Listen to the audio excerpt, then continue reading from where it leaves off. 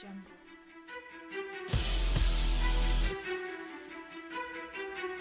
Ladies and gentlemen, boys and girls, children of all ages, the greatest spectacle is being brought to you with Julie, Chewbacca Fairy, Anthony, A.J. Lujan, Clifford, Red John Miller, and this is Get the KO!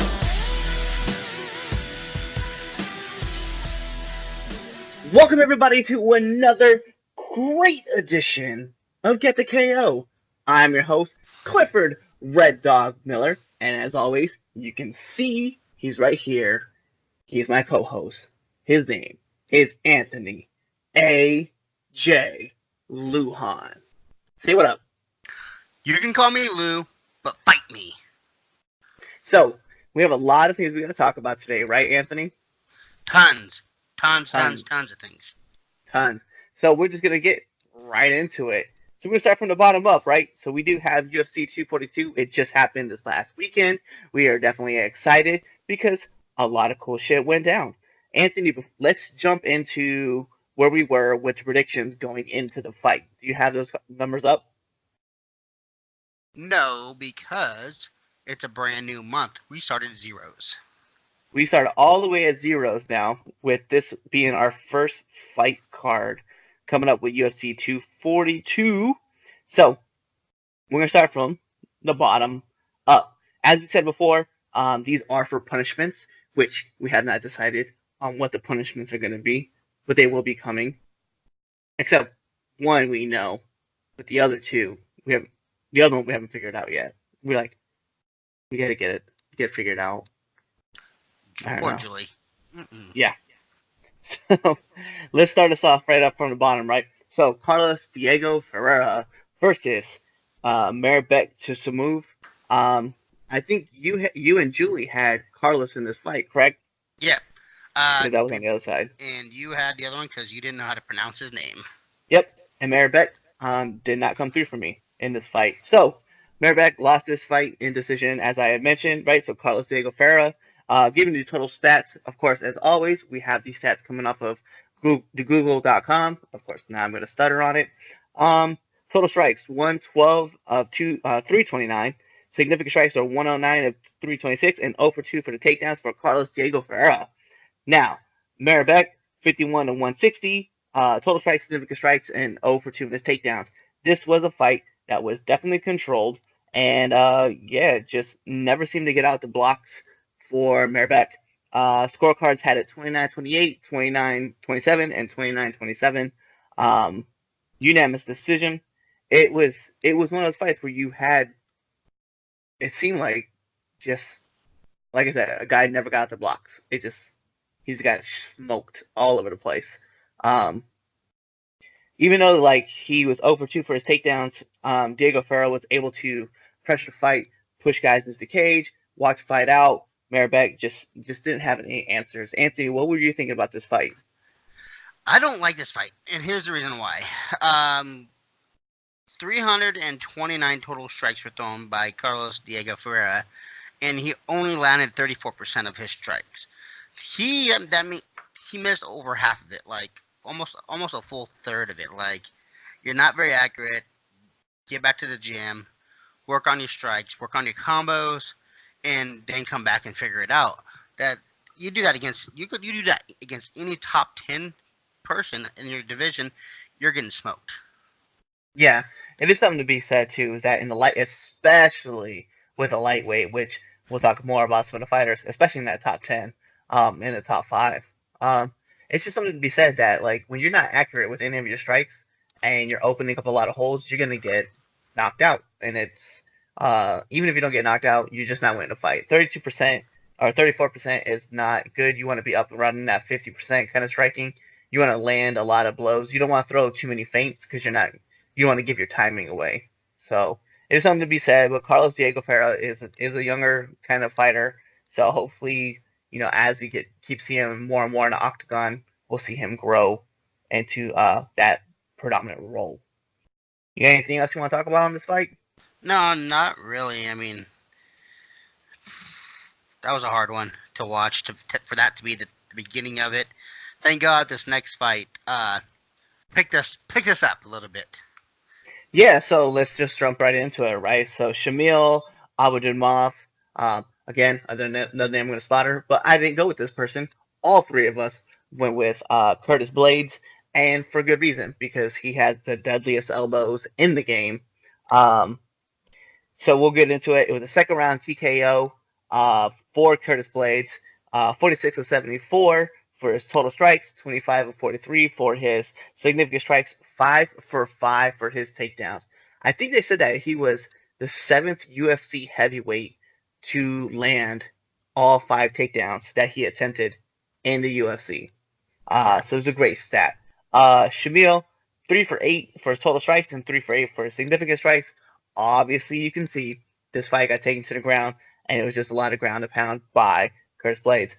Just brutal elbows being dropped, and it was a no hope situation for Shamil. So congratulations, to Curtis Blades. Anthony, what did you think of the fight?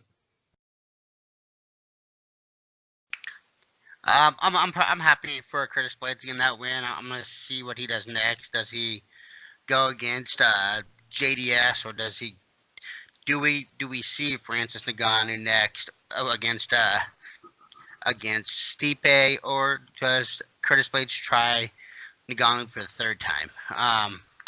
That heavyweight division's so thin that I don't know who to even go after. I mean, you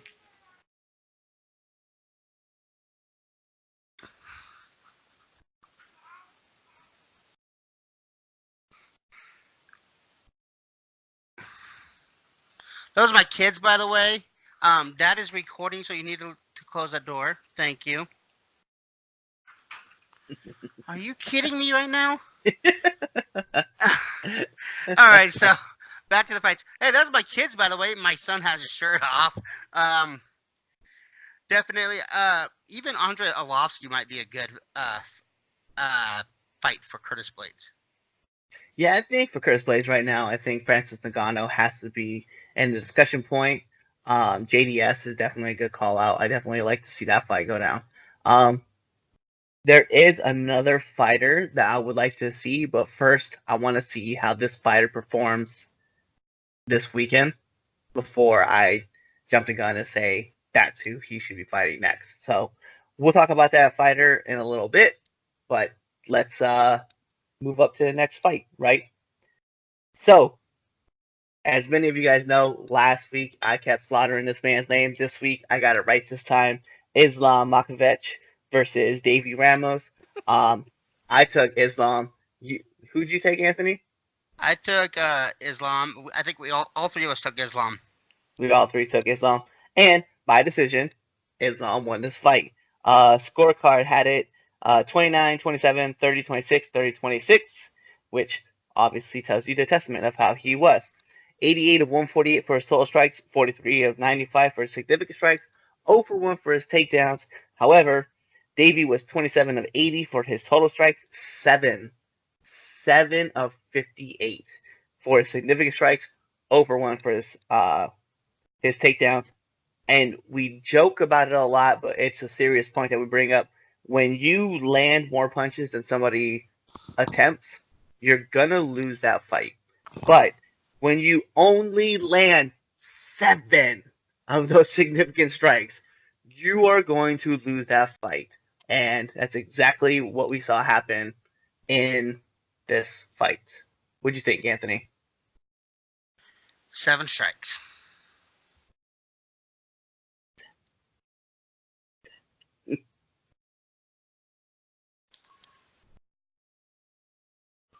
For those of you who don't know, Anthony is like falling asleep on he's forgetting that we have the podcast as well that this goes up Can, on. can you hear my son meltdown right now? No, I can't hear That's a him in the 2-year-old back. for you. 7 strikes. That's all I can say about that. I don't even know. 7 strikes. Move on. So obviously that was a big disappointment. And in the fight that Julie said, nobody loses this fight. Everybody wins. By the way, in case you guys didn't know, Julie is having technical difficulties once again with her camera. So hopefully next week we will see her on. But in the fight that she claimed no losers happen, every fan of the UFC as a winner in this fight. She is correct. Edson Barboza versus Paul Felder. Here's what we got. Total strikes that were thrown by Edson, right? 77 of 133. Significant strikes for 60 of 114. 1 for 3 for takedowns for Edson. Paul Felder, 75 of 174. 56 of 154. 0 for 2 for takedowns. And the scorecards had this fight 27-30, 29-28, 30-27, all for your winner, Paul Felder. And it was an amazing fight. I can't even fake it. Like it was just a complete bloodfest like we were looking for. Edson landing devastating kick after devastating kick and just making sure that it was going to be well known that he was going to try to keep landing those kicks. Paul takes a punch, walks through the punch, delivers his punches and bunches while he's walking through. So it was a big great fight, and I wish I could see this run back again 6 months from now. What do you think, Anthony? Um, I it was such a good fight, but I really think that Edson got hosed. I really had Edson winning this fight. He looked like he controlled most of the fight. Um, but I'm not a judge. I don't get paid to judge. That's what you get for leaving it in the judge's hands. That is what you get for leaving it in the judge's hands. Um, and then we have the fight that everybody wanted to see. Anthony was so excited for this fight. So was I. So was Julie. So was the rest of the MMA nation as the Diamond Dustin Poirier fights Khabib Nakamoto. And in this fight, it was stopped in the third round. Total strikes for Khabib, 54 of 76 for total strikes. Significant strikes for 22 of 41. Takedowns, 7 of 8. My man Khabib landed more takedowns than Davey Ramos did significant strikes. I just want to point that out there. It sounds messed up, but it is what it is. Uh, he also had 2 submission attempts. Dustin Poirier, 30 of 57, 12 of 39, and his significant strikes, no takedowns, 1 submission attempt. Now, it is to be noted that in the second round, uh, there was a submission attempt by Dustin. He had locked in a really tight guillotine, and Khabib acknowledged that. But once Dustin readjusted his guillotine choke, Khabib said he felt it a lot more, and he wasn't trying to panic because he felt that Dustin's strength was starting to give out. Um, Something to be told too, Dustin, who's been known for having great cardio, just died out in the third round, and just gave up the rear naked choke, which apparently I didn't know this, but this was his second. So Khabib's second time ever winning by rear naked choke. Like it was brought up on the UFC after the fights, and it was definitely a crazy stat because even Khabib was like, "That's his number two." He said, "That's two." So it was definitely pretty cool to see. But so yeah, Anthony, what do you think about this fight? Um, it went on as planned. I definitely had hopes for Dustin, but Khabib's a mauler. He's going to get in your face. He's going to take you down. He's going to put his body weight on you. Put your legs, crisscross your legs as he's putting a leg triangle around your legs, and going to make you carry his weight. So he just suffocates you. Shout out to Dustin. He did look like he did hurt Khabib during the exchange in the second round. Khabib did probably one of the greatest lightweights of all time. As I'm pulling up Khabib's record, which everybody knows it's 28-0. Trying to find the other rear naked choke that he did. Oh, against Kamal Shaloris. But I guess they changed the Connor submission to a neck crank, not a submit, Yeah, not a. So definitely shout outs to Khabib.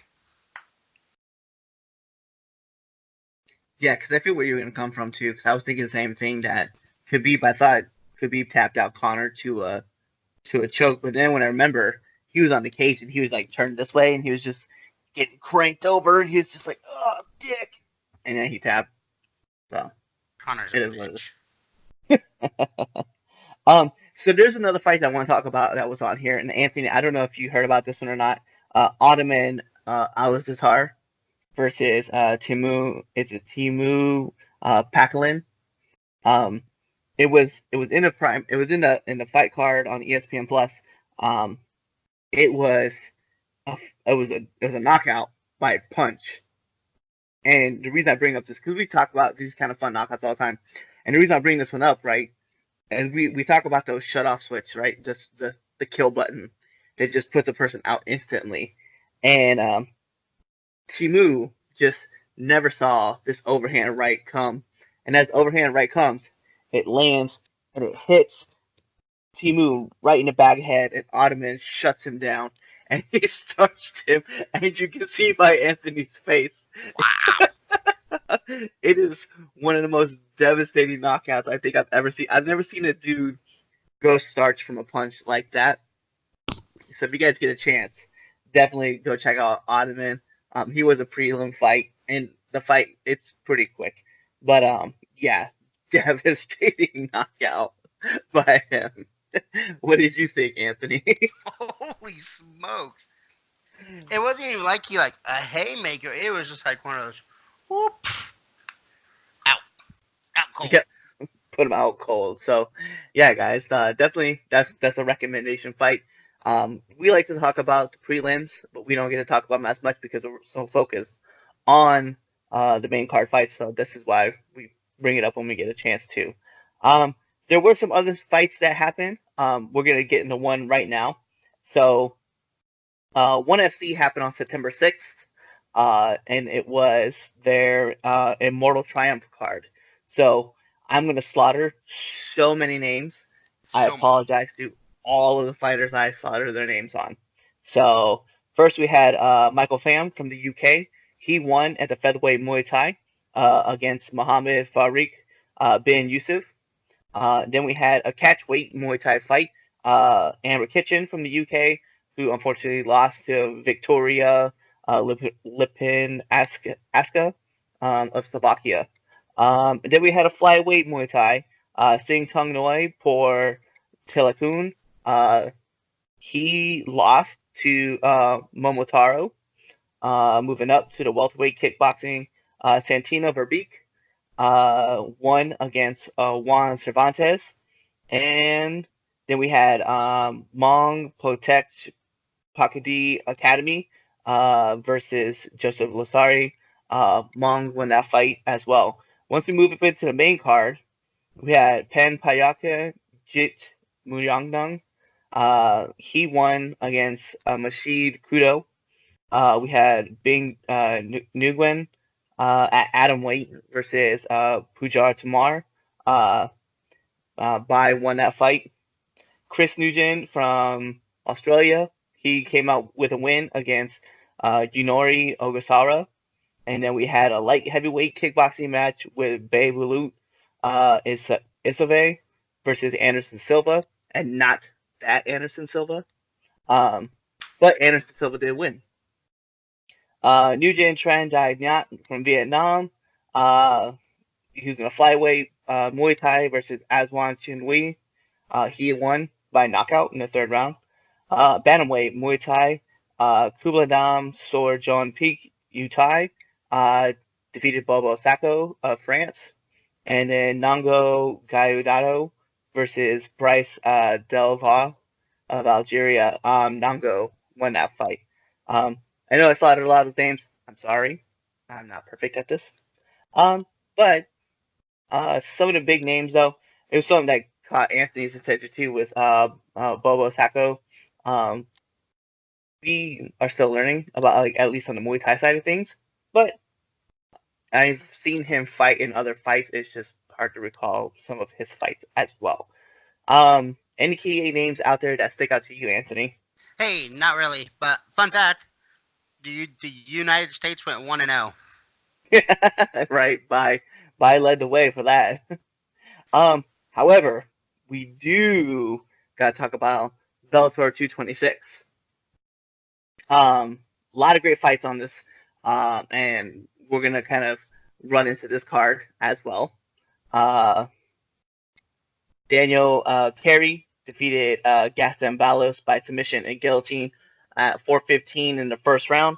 Manuel Sanchez defeated Taiwan Claxton by submission and triangle choke 4:11 of the second round. Pedro Cavallo defeated Sam Cecilia by submission. Face crank, and it was it was what it sounds like. 156 in round two. Alan Boric versus Pat Curran by TKO punches, 5 minutes in second round. Uh, Derek Campos defeated Daniel Strauss by unanimous decision, 30-26, 30-25, 30-25. That fight, I do believe, is for the new Grand Prix that's going on, Anthony. Just to give you a heads up. Mm-hmm. Um, and last but not least, we're going to talk about this fight a little bit. So Ryan Bader versus Chet Congo ends in no contest after an accidental eye poke by Bader at 3:51 in the first round. Here's what happened, okay? Just to give you guys an idea. Bader goes in for a takedown. He gets a takedown. He sweeps the legs down. He starts. Chet Congo goes to wall crawl up. As he goes to wall crawl up, you see Ryan Bader take his hand and bring it across Chet Congo's face. And as he brings it across his face, his thumb actually goes into Chet Congo's eye. And Chet instantly starts waving. He can't see. The doctors look in his face, look at his eyes, start doing a light test. He can't see anything. Fight's called off. Um, a lot of guys know how tough Chet Congo is. So for Chet to say something about a fight speaks a lot about how much pain he was in, or just how much danger he was in because of the fight. So big ups. I know Ryan didn't want to win by no contest. He definitely wanted to win this fight, but there was some more drama that happened after, and we will talk about that in the Fook happen uh, in our segment at the end of the show. Um, with that being said, we do have some other fights that are coming up. Don't you agree, Anthony? Yeah. Yeah. Yep. Cowboy. So we will get into Fight Night 158. Um, we are doing predictions for this fight.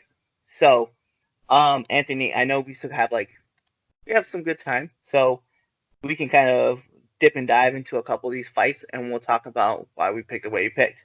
Um, First up, we have Misha Serkunov versus Jim Crute. Um, who did you have in this fight? I am taking Jimmy Croup. He's undefeated, and I think he's going to continue to be undefeated. Yeah, so Julie actually took Jim Crute as well. Like I said, she's not on the show. Technical difficulties. I went Misha. I went the other way. I went with Misha. And the reason why was because I slaughtered his last name. Like always, it's always a thing for me. It's always going to be a thing. Um, Next up, we have Antonio Carlos Jr. versus Uriah Hall. Julie has taken Uriah Hall in this fight. Anthony, who'd you take? Uh, this one was a tougher one for me because Uriah Hall hasn't been doing well since the Ultimate Fighter, where he went through everybody until he met up with Kevin Gastelum in the finals, and then he got wrestled down. But nonetheless, the it's hard to go against Uriah Hall when I'm a fan of Uriah Hall, so I'm going to go Uriah Hall. Yeah, and you're right. It's a tough one to choose, but this is something that's kind of significant. I, on the other hand, went with Antonio Carlos Jr. And for that reason, right? So as much as everybody's been evolving in the game, I feel like Uriah Hall has kind of plateaued. He's great with his striking. Let's not take anything away from that. His strike game is beyond amazing.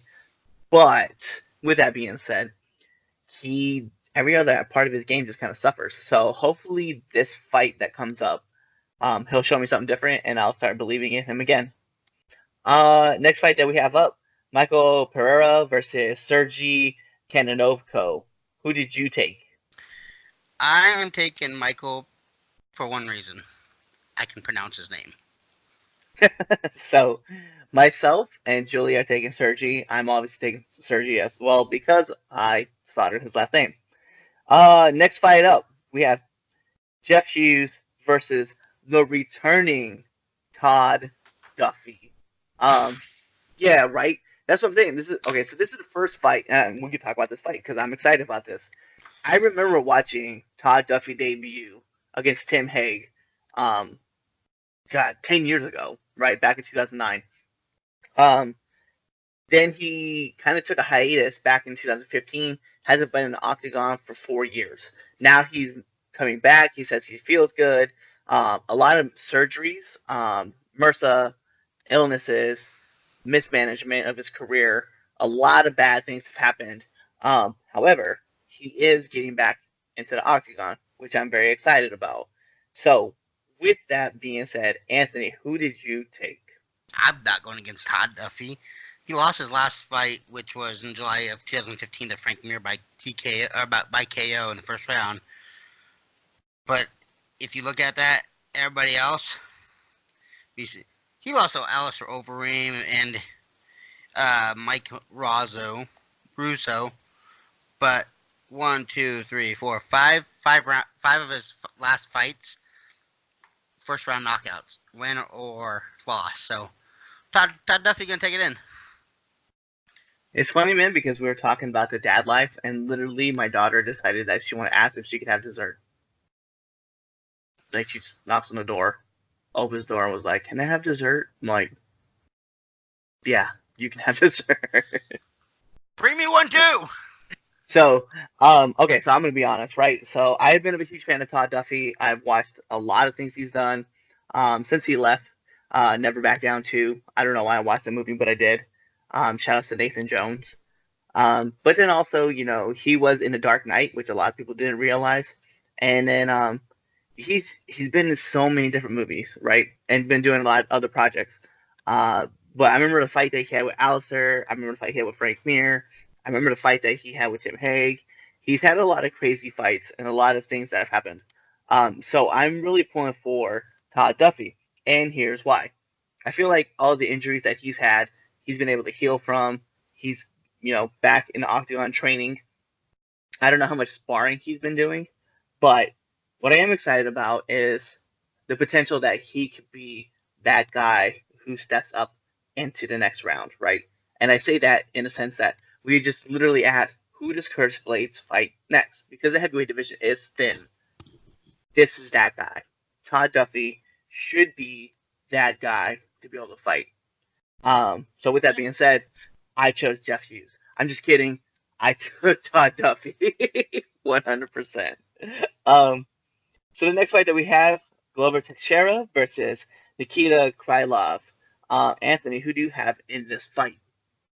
Um, Glover has been up and down his the last few fights. Like Glover's getting old.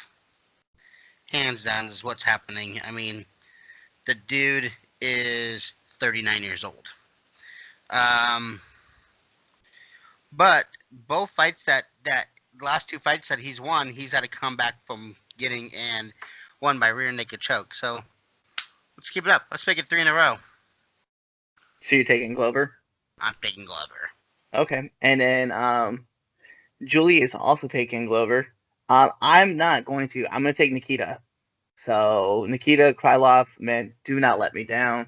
The funny thing is like we've gone so many different ways. This could be a great thing or a terrible thing going into Right. this.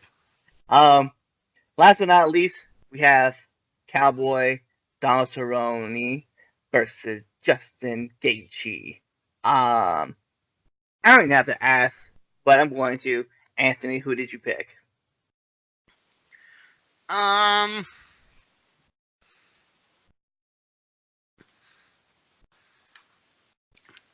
Justin Gaethje. Psych! I went Donald Cerrone. You ain't going against my favorite fighter. I will never ever pick against Donald Cerrone. Cowboy, let's giddy up.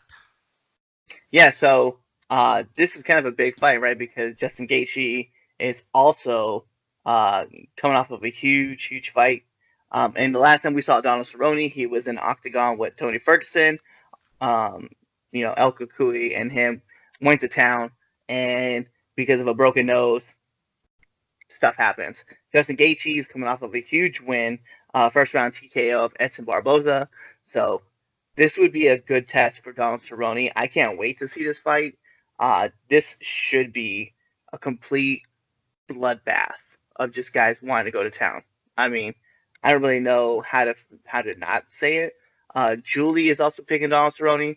I am picking Donald Cerrone in this fight. So we think Donald Cerrone is going to beat Justin Gaethje. I yeah, wow.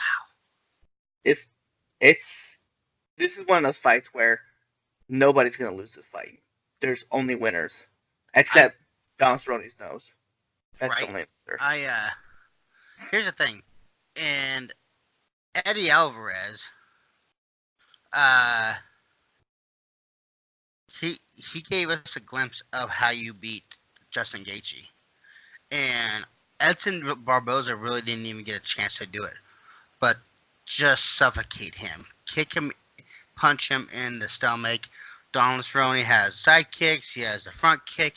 I just think that he's gonna kick the air out of him, and eventually Justin's gonna be too tired to play. Right.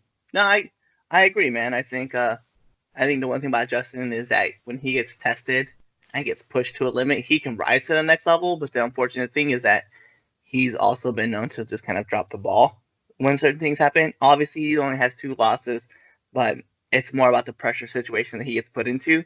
And sometimes he's been known to crack versus become a diamond. So obviously, we know Donald Cerrone. He is what we get with him, and we know what we're gonna get with him. Just this crazy dude who's just fuck it, let's go out there and beat this guy's ass, and then he does it. So big shout outs.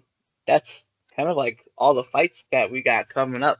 Anthony, let's talk about our new segment that we love talking about all the time. The fuck happened? The So Fook happened. let's talk about some stuff, man. What happened?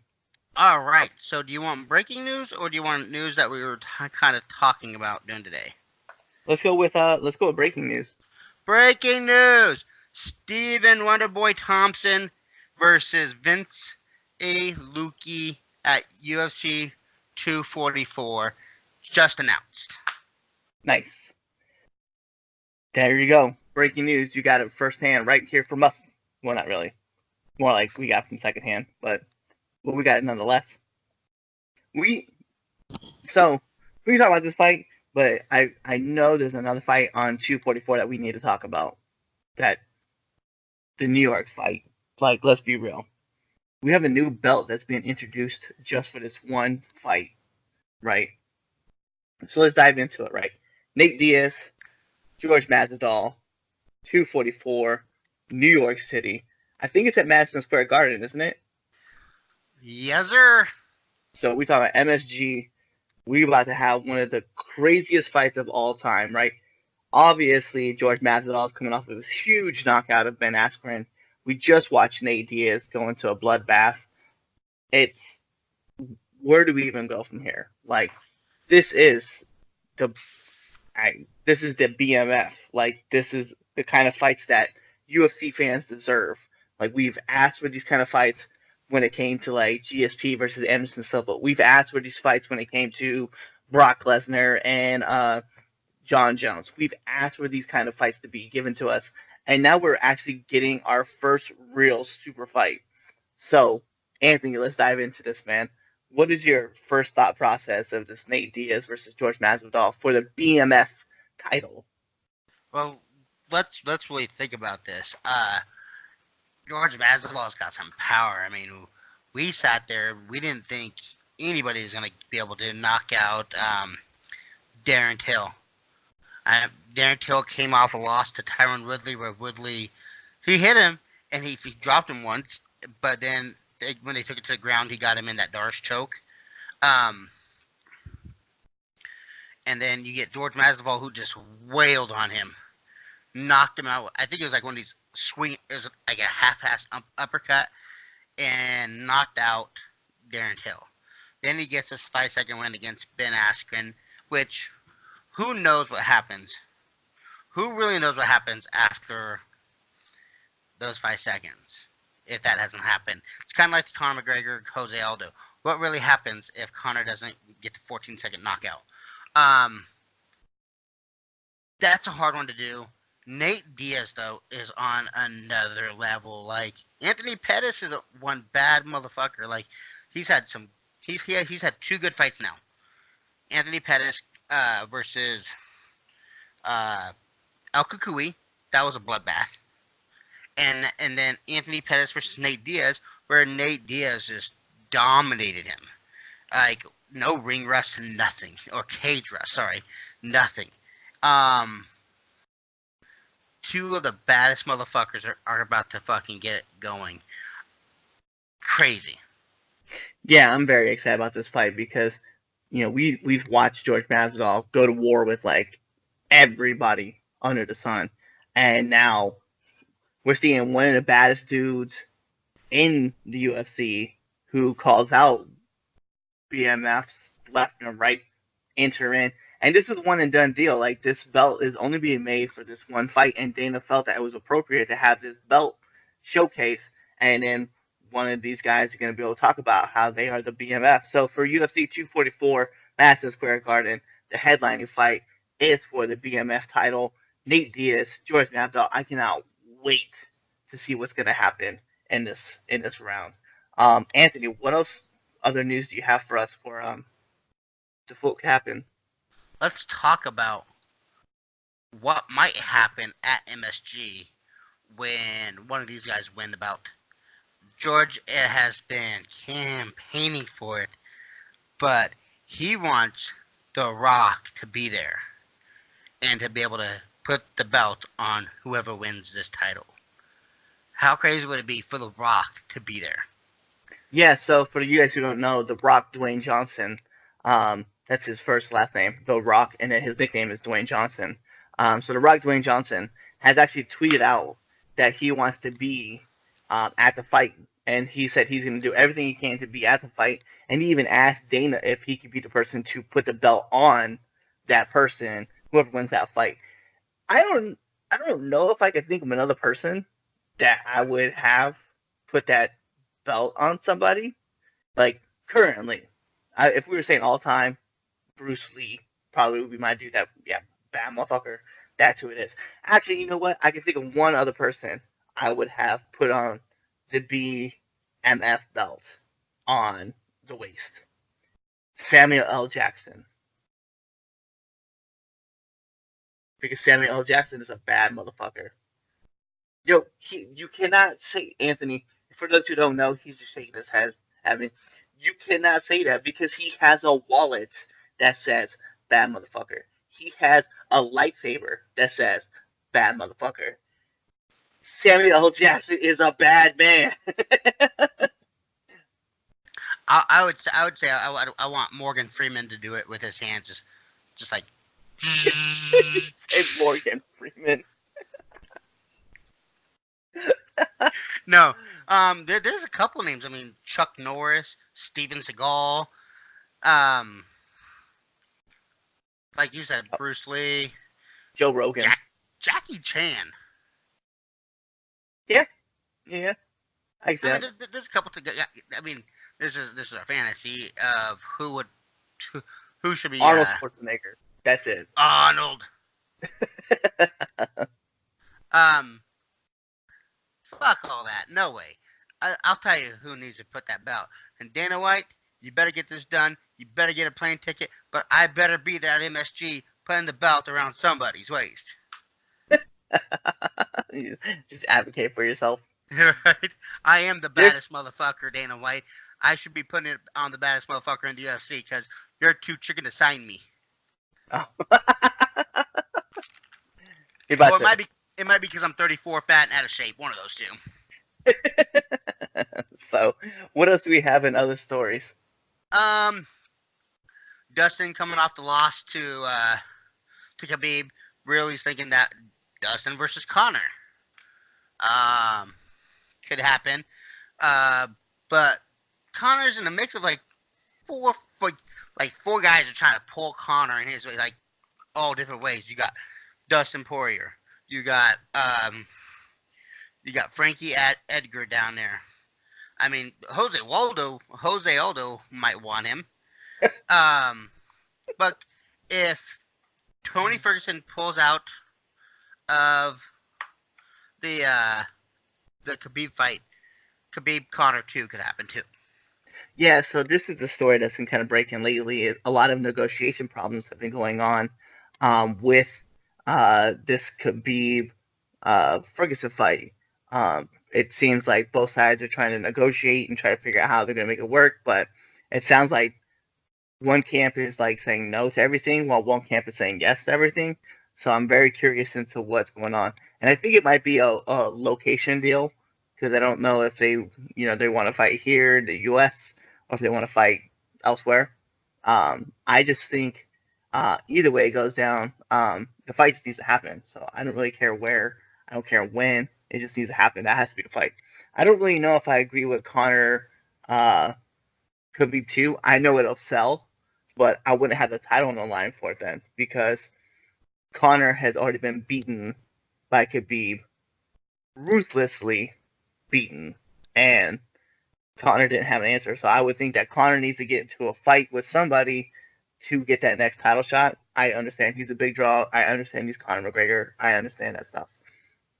But he can take his Irish number 12 whiskey and keep selling it and earn a fight to fight Khabib. That's what I think. I think if a person deserves to be uh, the next fighter up, it I would just venture off and go back to Dustin. I thought Dustin landed a lot of good shots. I thought Dustin deserved. He was working for that win. He landed a big shot on Khabib, and it shows that Khabib still has some holes in his game. Not many, but he does have a couple holes in his game. And Dustin was able to exploit a couple things. I think if Dustin conditioned himself a lot better for the fight and understood exactly where Khabib wanted to take the fight, he would have done it. He would have defended well, and he would have won. Um, so I think Dustin should get that second crack. Um, yeah, I agree. Uh, there's no news on Cain Velasquez fighting. They don't know what's going to happen, so we're just going to talk about him. If some of y'all don't know, Cain Velasquez, probably one of the most dominant champs in heavyweight UFC heavyweight history. He took the title from Brock Lesnar, lost it to JDS, took it from JDS, losing it to who did he lose it to last? I don't recall. I, It was I a don't know. I don't know if he did actually. I think he might have relinquished it due to his back injuries. Actually, I got his record up here. Oh no, he lost to Fabricio Rudam oh yeah, in that's Mex right. in I think it was in Mexico City. Um, but really hasn't done much out since then. He beat Travis Brown by TKO in 2016, and then his last loss to Francis. But he's a bigger star in another promotion. Like, if some of y'all don't know, he professional wrestles in Lucha Libre, Yeah, Triple A. and he's talked to WWE, he's talked to AEW, all the big promotions that are going on. So shout out to Kane for doing that. What's your take on that, Cliff, or do you have one? As far as him, like I watched him in that. So if you guys didn't know, Lucha Libre, Triple A, they had their big WrestleMania type event. I guess for some of you guys who know what that means, it's kind of like the Super Bowl of like luchador wrestling. But Cain Velasquez looked amazing. If you guys haven't seen that wrestling match, if you are interested in that kind of style, go check it out. He does like big springs. He's able to do a hurricanrana and like head scissor takeovers. It's insane. The things that he's able to do with his back being recovered, I was definitely impressed. I know Cody Rhodes was in the match as well, and Cody said it himself too. He was like, "Damn, like we should really sign this guy." So we'll see what happens. And as far as Kane goes, getting back into the UFC, into MMA, I just don't see it happening. He's a great fighter. He'll always be a great fighter, but unfortunately, the game caught up to him and it's past him. So I don't know if I would want him back in. Fair. I call that fair. So I have two other things that we want. Oh, I got one other thing that I want to talk about, and then I'm gonna dig deep in another thing. Um, we were talking about Bellator 226 main event. What happened afterwards? Yeah, so let's get into this, right? Uh, Ryan Bader, obviously with Czech Congo, we said the eye poke happened. But then, was it during the press conference that we had an unexpected visitor run in and kind of start some trash talk with Ryan Bader, that man being Quentin Rampage Jackson. Yes, that Rampage Jackson. Um, it really sounds like he wants to fight Ryan Bader, like, badly. Yeah, that didn't happen during the press conference. It happened right after the fight during the post fight interview. Um, it's sad. It's sad to see uh, that this stuff happens. We try to get away from people jumping into the cage, going through the doors into the cage. Uh, Eric Khabib being out the cage to jump on somebody. Eric Khabib. Which shout out to you. He did it. He did it again after he beat Dustin just to give Dana a hug. Um, but with that whole Eric Khabib thing going on, his guys jumping in the cage, Connor jumping in the cage for other promotions, and then you had the Brock Lesnar DC situation. Now you get Rampage, who just comes into the Bellator cage and just walks through and says he wants to fight Was a fight Bader. Ryan Bader. Yeah. That I mean, it sucks to see that. Really though, do you deserve it? That's the thing. He TKO'd Waterley Silva in September of last year. Yeah. Before that, he lost to Chael Sonnen and King Mo for Bellator. I mean, he's 2-2 in the Bellator. Do you really deserve that title shot yet? You know, it's funny because like selling tickets wise, I can see why this would be a big deal. Especially because Quentin Rampage Jackson. But it goes back to something I talked about, and not just a few episodes ago. It's been a long time since I talked about it. I guess we'll end up talking about it now. It'll be the first time I talk about it on YouTube. Look at all these fighters from the UFC who were cut from the UFC, had success at Bellator.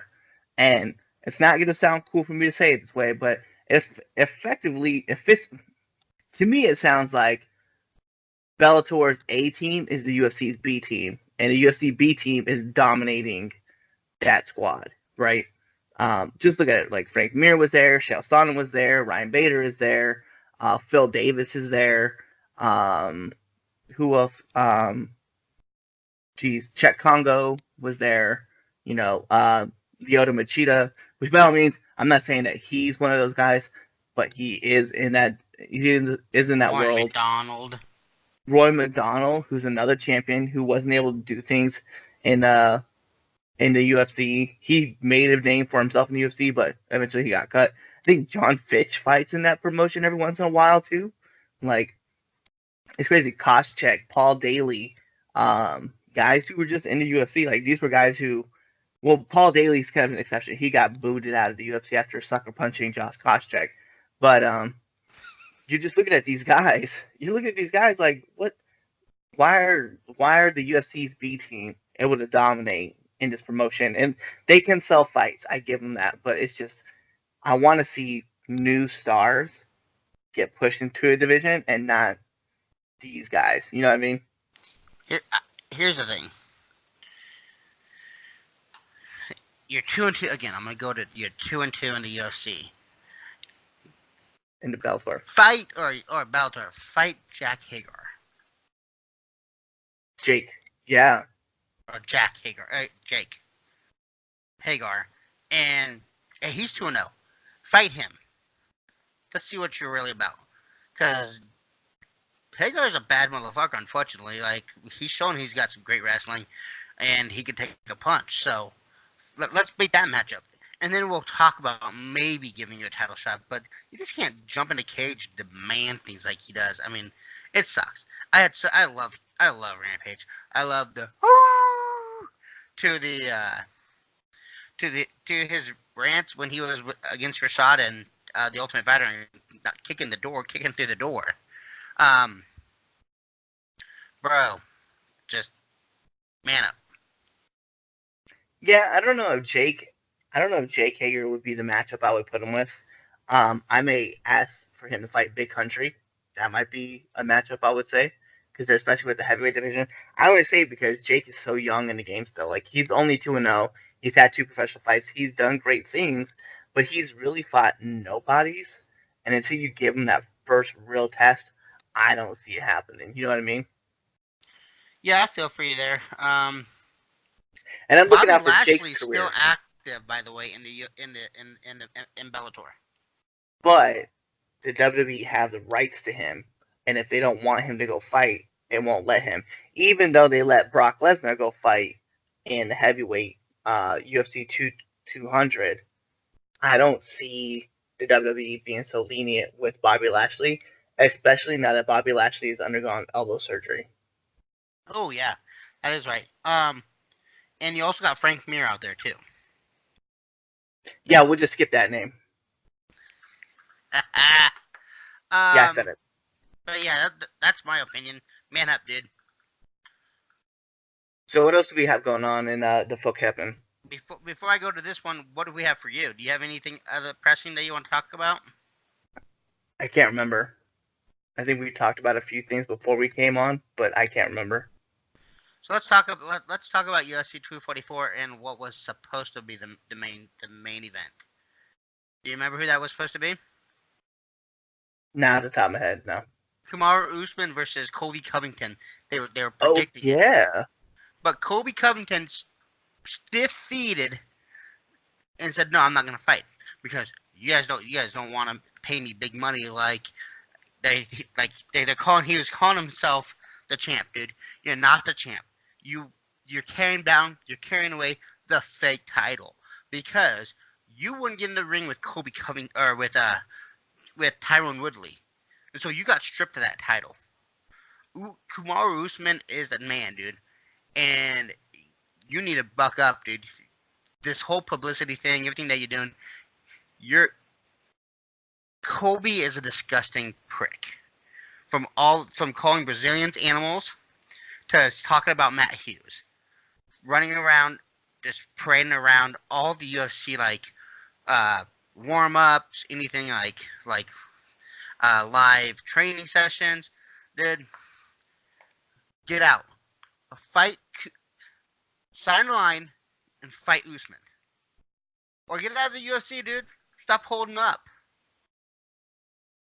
yeah. And it goes back to me thinking like I think there's two different people that we're seeing, right? So there's the Kobe Covington like persona of like what people expect, and then there's like the businessman of Kobe Covington, like the personal side, right? And it's much like Floyd, right? When Floyd got into boxing, he wasn't Money Mayweather. You know what I mean? Like he was very quiet, he was very reserved, he didn't really talk a lot of trash. He just kind of was like, "Hey, like I'm just here to box. I'm gonna fight. That's what I'm gonna do." But then like he realized like he wasn't getting those big pay-per-view deals that he wanted. And so when he switched over to be Money Mayweather, like that's when the big names came to him. The attitude came out. I get money. I get millions of dollars. I'm undefeated in boxing. I'm undefeated in WWE. I'm undefeated in everything that I touch. Blah blah blah blah blah. And it was what it was. I think what we're seeing here is Colby Covington kind of take that playbook and make it more controversial, which is not good for him. But yeah, it's one of those things where you gotta step up. Yes, you gotta step up and put your money where your mouth is because you've been writing a lot of checks, and you should be fighting for the title. And Kamar Usman is clearly the champ, and you should be fighting the champ. So get in the octagon and fight the champ, or don't, and don't talk Don't about being a champ. don't get me wrong. Um, dude's a good badass, dude. He just dominated Robbie Lawler. Um, but he ducked out of Tyrone Woodley. Now he's playing stiff feet with Kamaru Usman. I'm gonna read you what he said, and it says, what happened exactly with the UFC? They came to me and offered me a basic challenger rate. I said I'm not challenging. I'm the champion. I've never lost. I just defended my title. I brought the Trumps. I got a tweet from President Trump. That's 3.5 million in marketing. If you break down the analytics of it in itself, just to promote their show. I put my life on the line for this company. Went to Brazil, said outlandish things where people literally want to kill me, and I had gangs in Felva coming after me like they wanted something from me. So how am I a basic challenger? I'm standing up for what's right. Dude, you didn't want to, again, you did not want to fight Tyrone Woodley, which they stripped you of the title. Flat out, fight Usman. Get that ass beat. Yep, it is what it is. Like, step up to the plate and challenge and fight and win. If you think that you aren't a basic challenger, okay, let's. I would sign up as a basic challenger to show that you're the champ. I don't know. That's It is what it is. I would say that I understand where he's coming from because he is a marketable person. Good good or bad, he is marketable. He's definitely shown that.